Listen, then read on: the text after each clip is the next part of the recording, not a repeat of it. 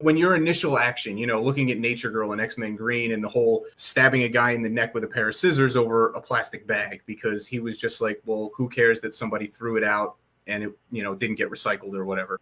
To me, that immediately says that the writer, that's somebody who has a lot of violence in their heart, so to speak. If you're talking about something coming from the heart, if that's the first place you go to, there's a lot of violence in that person's heart and soul, so to speak. It's one thing when you have a writer that writes a character. Like, I read a lot of the Agent Venom stuff, big fan of the Agent Venom stuff. And this is a guy who was a soldier and he will still kill, right? But he gets pushed to it. It's not his default.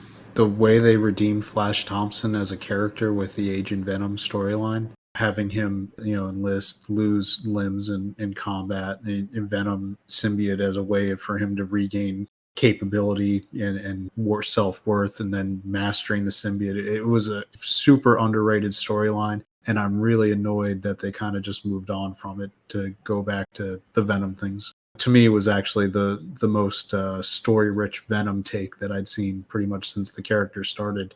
Oh, as far as hero, I have no problem saying Eddie Brock is the best Venom.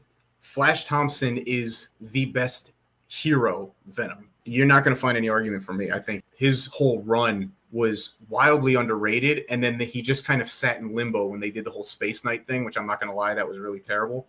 But everything before that I thought was really good. You got me distracted. I could talk about that character for a while, but it tells you what's in, somebody's worldview, right? Like the idea that level of lethal violence being acceptable when you're pushed to it versus you're the instigator with that level of violence, which is what Nature Girl is. So then it calls into question, like, well, what do you actually consider a hero to be? Is it somebody that uses, for lack of a better term, violence in a protective manner, or is it somebody that instigates it for their own worldview?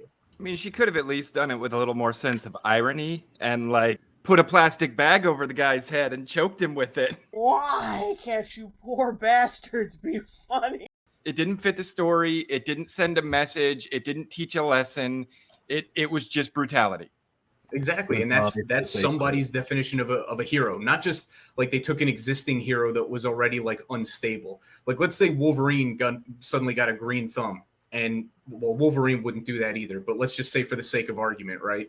And I don't know, like the Wolverine that was living with Jean Grey and Cyclops on the moon probably might. Am I the only one who knows about that story?